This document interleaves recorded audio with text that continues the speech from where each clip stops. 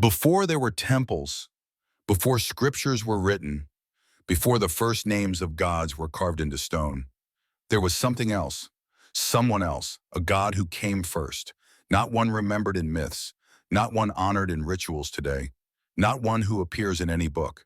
In fact, no one seems to know who he was, not his name, not his shape, not even what he wanted. It's as if this god simply vanished, as if he was erased from history, not just forgotten by time, but deliberately removed, as if someone or something wanted him gone. But why? Why would the first God, the one that came before all others, be missing from every record? Why is there no memory of the one who was worshipped first? We know the names of thousands of gods, gods of war, gods of love, gods of light and death and thunder. They had followers, they had temples, they had stories. But the first God, the original, there's nothing, no statue, no sacred text, no trace. It's like opening a book and finding the first chapter torn out. And yet, deep inside ancient ruins, buried beneath thousands of years of dust, there are signs, not clear, not written, but felt. Burial sites older than the pyramids, stone circles placed with purpose, cave drawings that speak of mystery, but never name the divine. What were those people worshiping? What did they believe in before belief had a name? Something moved them, something bigger than fear, something that lived in silence, in shadow, in the stars above. They didn't call it God, they didn't call it anything, but they gathered around it, they felt it. And then over time the world changed. Tribes became cities, stories became religion, and gods were given faces, names, laws. The old presence, the quiet one, was left behind, replaced, covered by noise, by politics, by power. But what if it was still there? What if the first God never needed a name, never wanted to be worshipped, only remembered? And what if that's exactly what we failed to do? We remember the gods of thunder, war, and light, but not the one who came before all of them, the one who watched humanity open its eyes for the first time, the one who listened, long before we ever learned to speak. Now we ask again, who was the first God no one remembers? Why did he vanish? And what does it mean that no one ever speaks his name? We remember the gods who were written down. Ra, with the sun on his head, sailing across the sky in golden light. Zeus throwing thunder from the mountains. Yahweh, speaking from burning bushes and parting seas. Odin, hanging from the tree of life to gain wisdom. These names have power. They shaped civilizations. They filled books, myths, prayers. But these gods arrived late in the human story, long after we stood upright, long after we buried our dead, long after we looked at the sky and whispered questions no one could answer. You see, humans have walked this earth for hundreds of thousands of years, but the first written records, only about 5,000. That's it. 5,000 years of written gods after nearly 300,000 years of unwritten life. So here's the question: who did we believe in before writing? Before temples? Before language? What God filled those first human hearts? Because we were believers, even then. We know this. Archaeologists uncover graves from more than 100,000 years ago, bodies carefully placed, sometimes with tools, red ochre or animal bones, symbols of respect, maybe of passage to something beyond. Those people didn't write prayers, but they acted with meaning. That tells us something. They believed, not in randomness, not in emptiness, but in something larger than life, something sacred. But we don't know what that was. There's no record, no scriptures, no names. It's as if history began in the middle of the story, and the first chapter was torn out. That chapter, the one where the first God lived, is silent. Why? Why is the oldest God also the least known? Could it be that we never wrote about him because we couldn't? Because this God wasn't a figure, wasn't a king, wasn't anything you could see or shape or hold. Maybe this God was too big to describe, too real to be explained. And so we didn't try. We just felt the cold wind before a storm, the fire that gave light and burned skin, the sound of a baby's first cry, the mystery of a final breath. Maybe that was enough. Back then, there was no need for gods with stories and laws. There were no armies, no empires, just survival, just wonder. And something watching, that was God. Not someone with a crown or a hammer, but the presence behind the unknown. And maybe that's why nothing remains.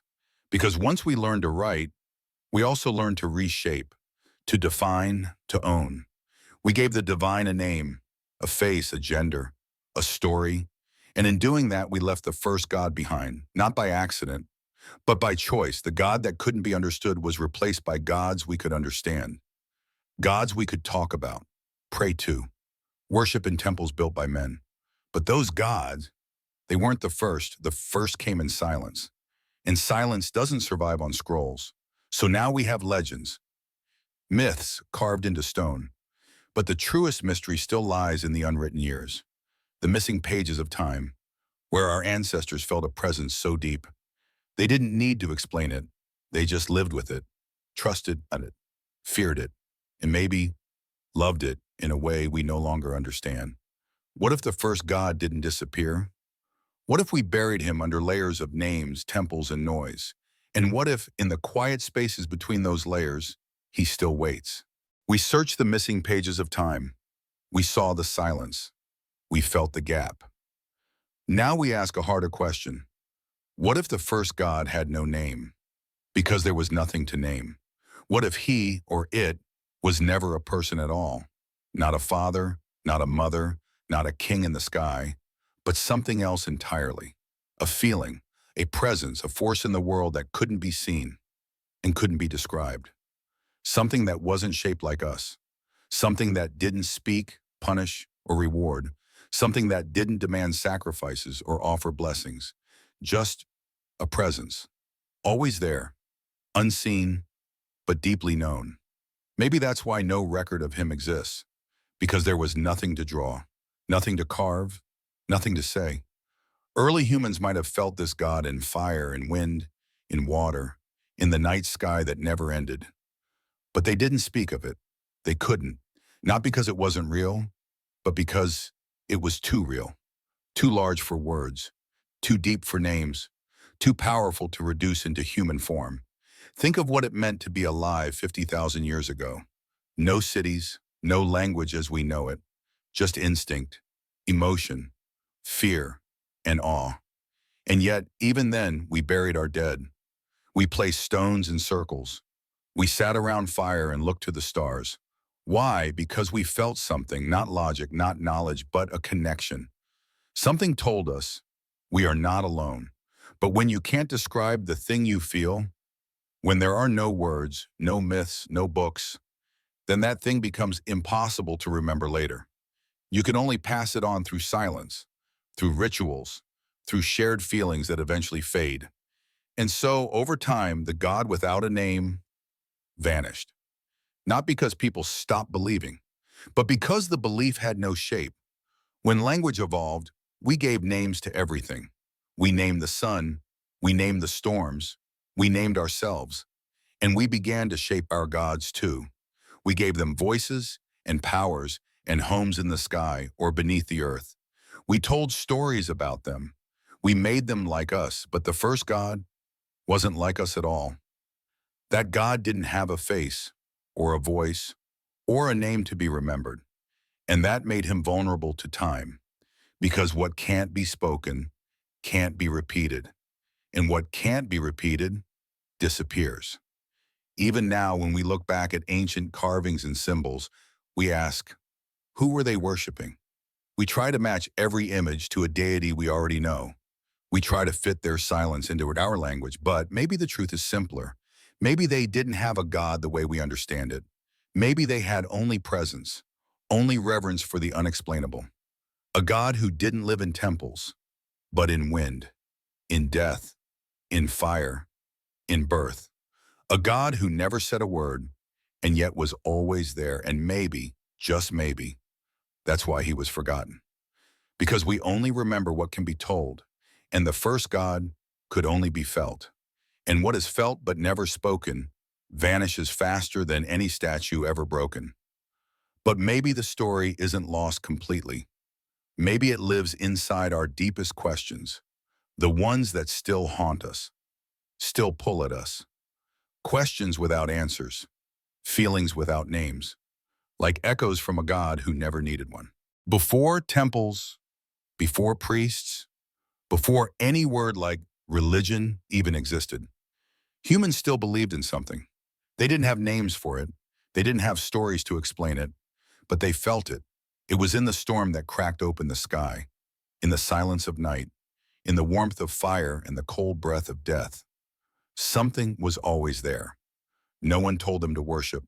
There were no commandments, no rituals passed down, no books to read, no sins to confess. Just life, raw, real, unexplained.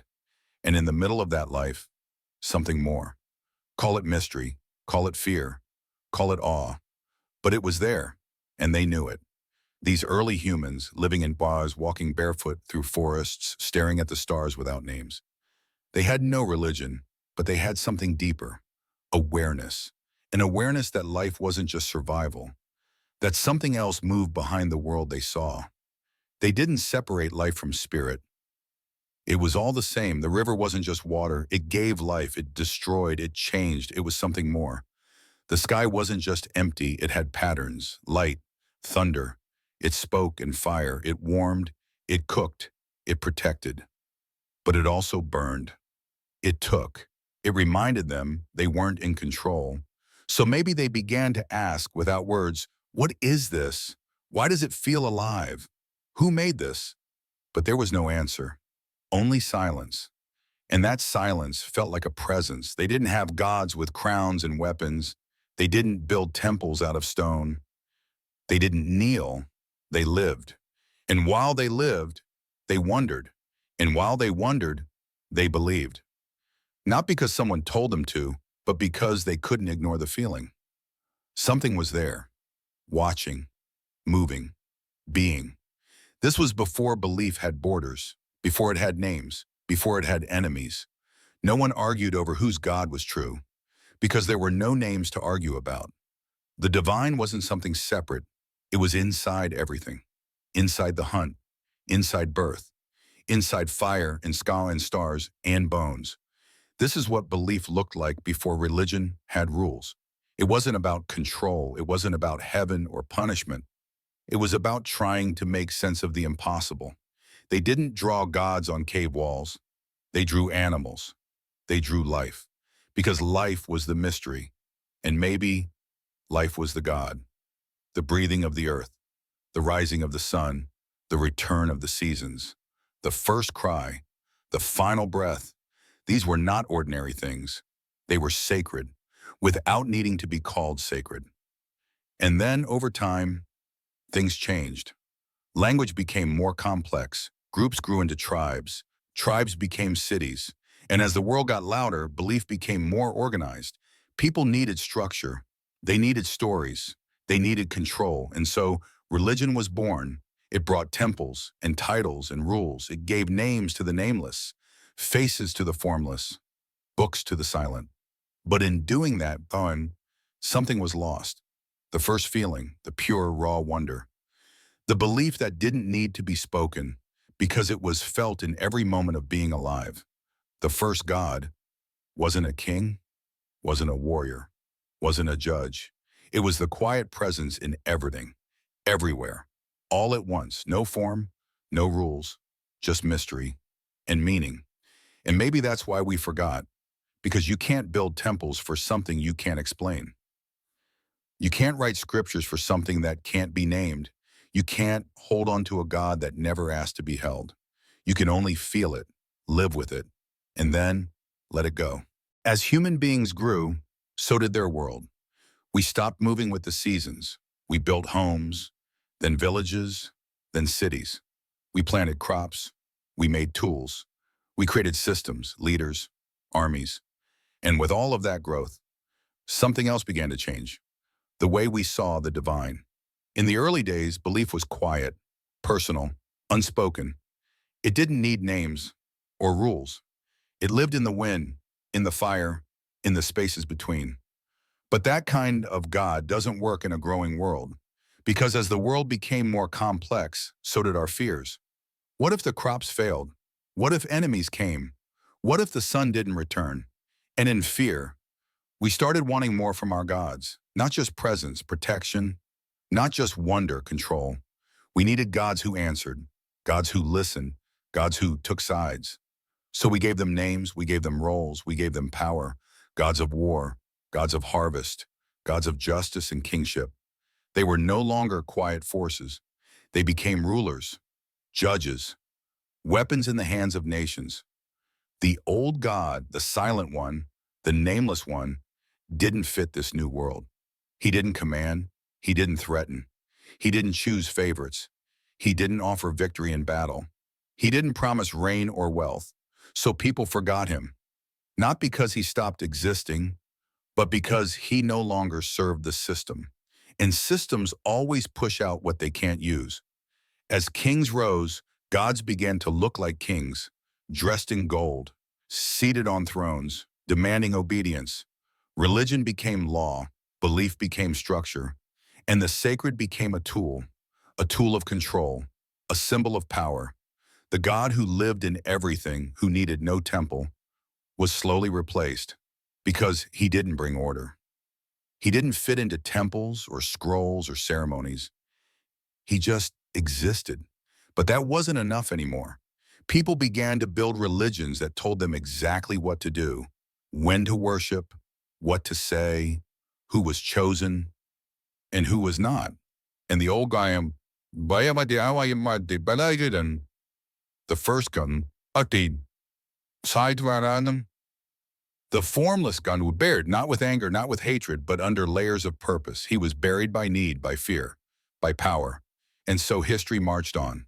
The temples of Egypt, the myths of Greece, the laws of Israel, the empires of Rome, each came with ones that had clear names and clear stories.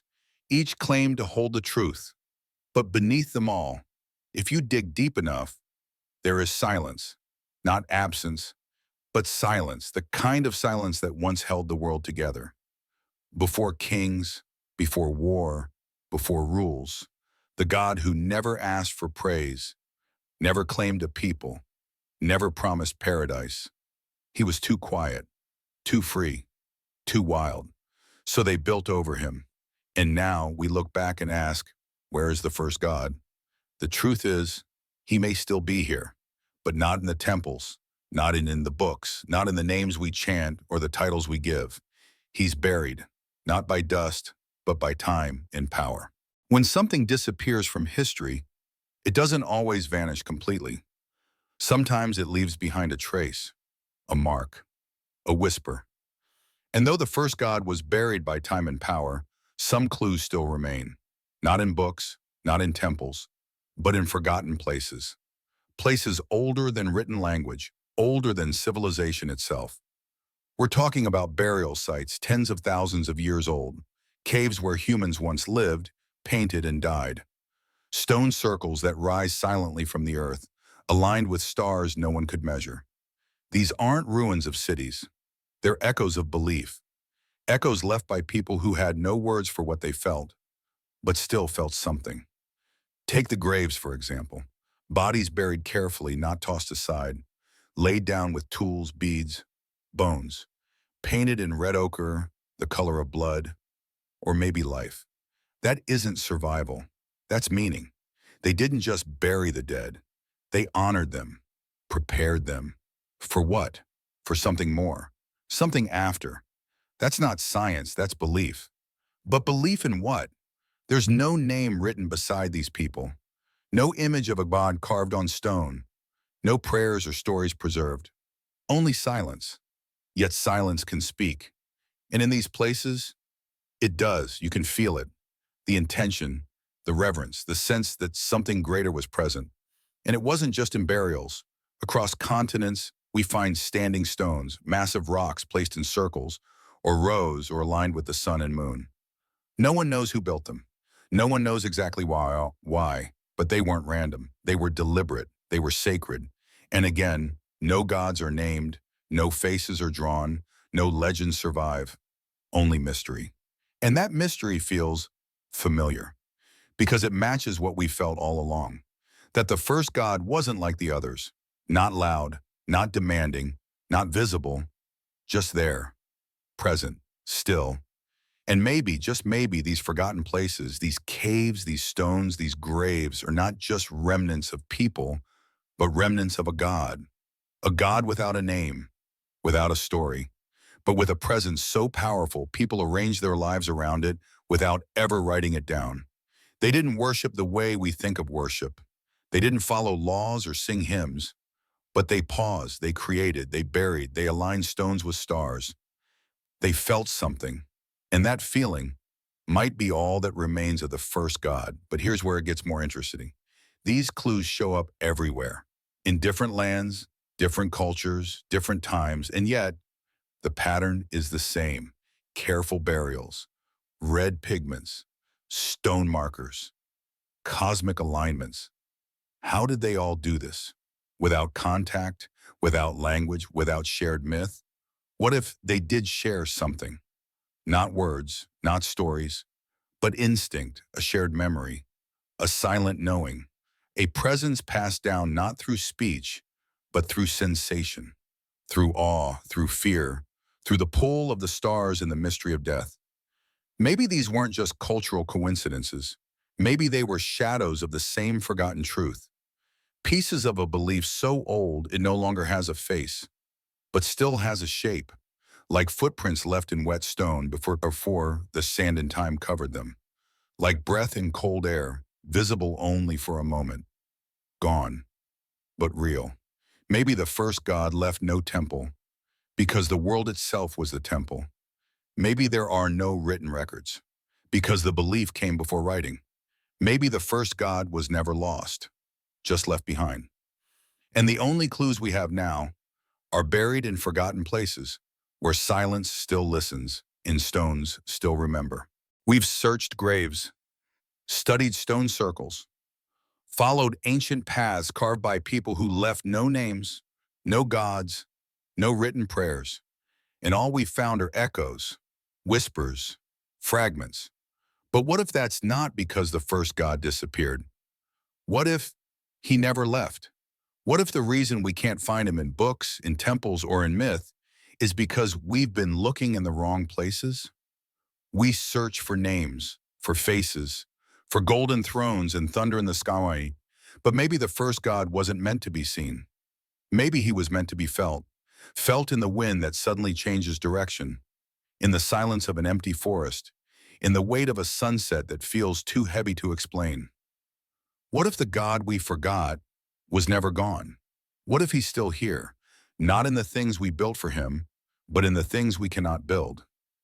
A breath, a shiver, a stillness that makes you stop without knowing why. The first humans didn't have words, but they had this feeling, the sense that something was watching. Not watching with eyes, but with presence, and we still feel it today. Though we try to ignore it, distract ourselves from it, call it something else. We say energy, we say coincidence, we say the universe, but deep down we know there's something old, something real, something that doesn't speak, but has never stopped listening. And maybe that's the truth we've missed all along. Maybe the first God was never erased. Maybe he was never forgotten. Maybe we just stopped listening, stopped feeling, stopped sitting in silence long enough to notice. Because the modern world is loud, it's fast, it's full of stories and rules and halls with names and faces and judgments. But the first God had none of that. He didn't punish, he didn't promise, he didn't speak. He was just there, in everything, not above us, not beside us, but within us. And maybe we've carried him this whole time, through every generation, through every war, every prayer, every doubt, not in memory, but in mystery, in the questions we keep asking, in the wonder we still feel, in the need to understand something we never will. So no, he didn't leave. He doesn't need temples because he's in the earth. He doesn't need scriptures because he's in silence. He doesn't need names because we feel him without them. He's the first God, not because he was created before the others, but because he was never created at all. He simply was, and still is. If only we'd remember how to notice.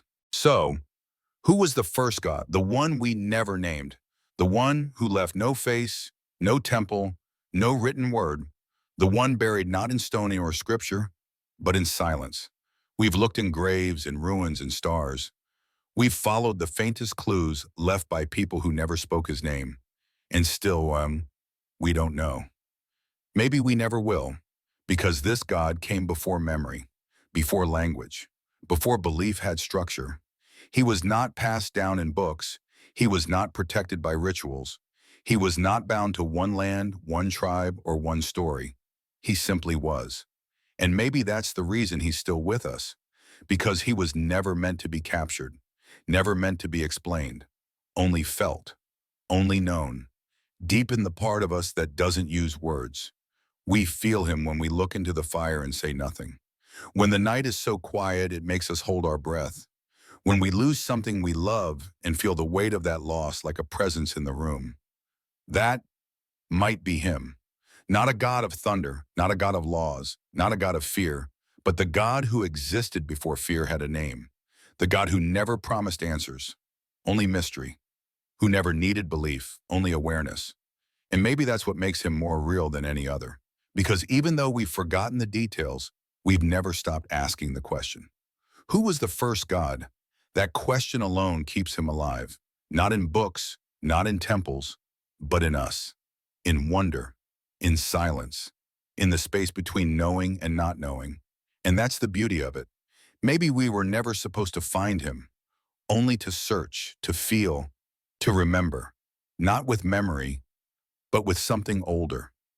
If this story made you feel something, a chill, a question, a pause, then maybe, just maybe, you've already met him. And if you're still here, still listening, still wondering, then join the search with us. Like the video, subscribe to the channel, and share your thoughts in the comments, because the more we ask together, the closer we come to remembering the God before memory.